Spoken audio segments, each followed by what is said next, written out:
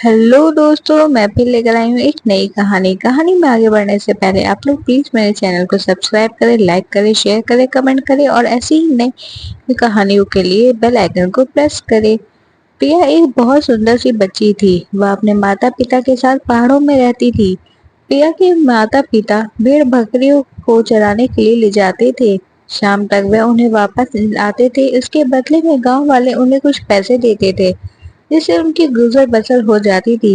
एक दिन प्रिया ने अपने पिता से जिद की, वह भी पहाड़ पर चलेगी। उसके पिता ने प्रिया की बात मानी, लेकिन उससे कहा, बेटी मैं तुझे ले तो चलूंगा, लेकिन तुझे मुझसे वादा करना होगा, तू अकेली इधर उधर नहीं जाएगी। प्रिया मान जाती है। प्रिया के पिता उसे गोद में उठाकर दूसरे हाथ में लाठी लेकर भेड़ों के पहाड़ों पर चढ़ने लगते हैं। पहाड़ पर पहुंच कर वह थक जाते हैं। पहाड़ों के पीछे एक बड़ा सा हरी घर का मैदान था।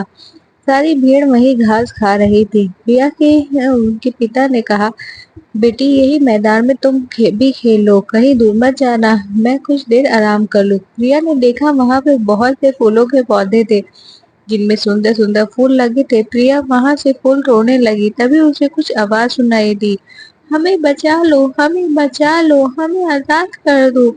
यह आवाज सुनकर प्रिया डर गई। वह दौड़कर अपने पिता के पास जाने लगी, लेकिन उस आवाज में इतना डर था कि वह उस दिशा की ओर चल दी जहाँ से आवाज आ रही थी।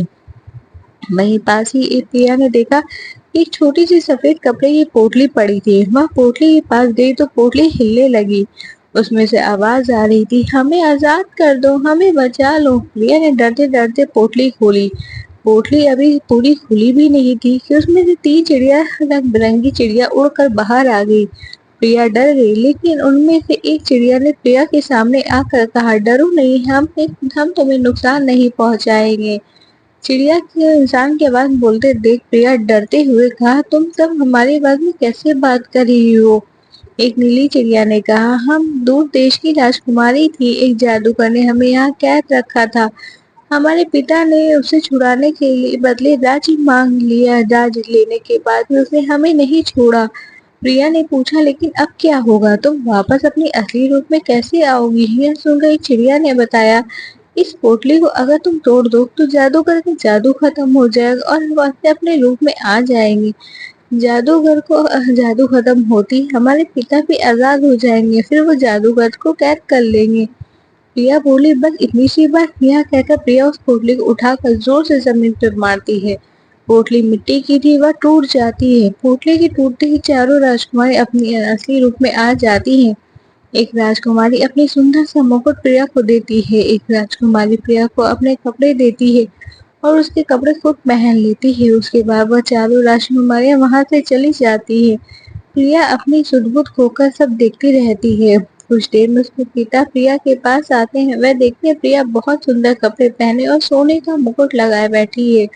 तो वह उससे पूछते हैं कि ये सब क्या है, कहाँ से आया। तब प्रिया उन्हें सारी बात बता देती है। यह सुनकर प्रिया के पिता बहुत खुश होते हैं कि वह उनकी बेटी ने इतना नेक काम किया। शाम को दोनों घर आ जाते हैं। इस घटना के कुछ दिन बाद राजा के सिपाही उनके घर आते हैं।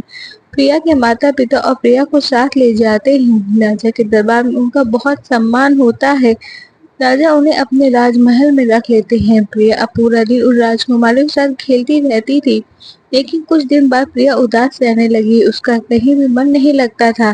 एक दिन राजा ने प्रिया के पिता को बुलाकर उसका राज पूछा तो उन्होंने कहा, राजा जी, आपका महल बहुत सुंदर है, लेकिन हम लोग पहाड़ों पर रहने वाले हैं, हमें यहाँ घुटन महसूस हो रही है। वहाँ टूटे घर में भी बहुत शांति थी। प्रिया भी पहाड़ों को याद करके उदास हो गई है। राजा उनकी बात समझ जाते हैं। अपने आदमियों को भेजकर प्रिया के मकान की जगह सुंदर सा मकान बनवा देते हैं। उसके बाद राजा बहुत सारे उपहारों के साथ उन तीनों को विदा करते हैं। प्रिया अपने घर पहुंचकर बहुत खुश हो जाती है।